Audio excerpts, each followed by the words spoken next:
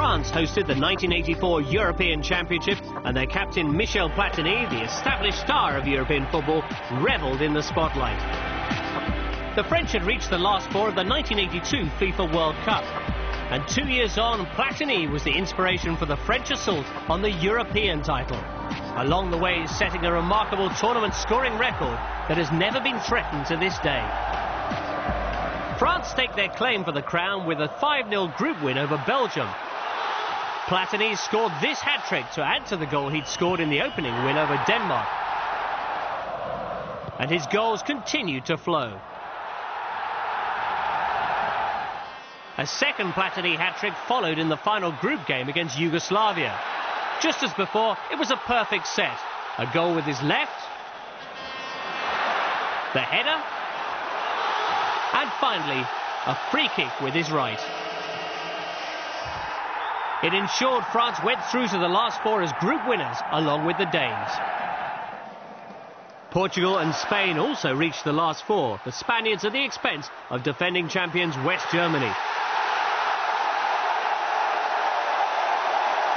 And it was the Portuguese who were to meet France in the semi-finals in a match hailed as one of the all-time classics. With the scores level at 1-1 after 90 minutes, it was this goal from Rijordão in extra time that threatened to extinguish French hopes.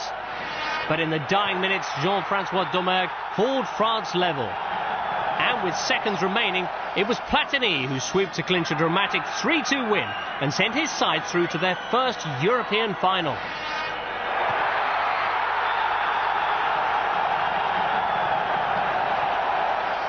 The second semi-final between Spain and Denmark was a little less dramatic.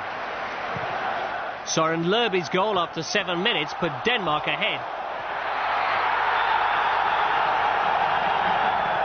Mercedes Française equalised in the second half.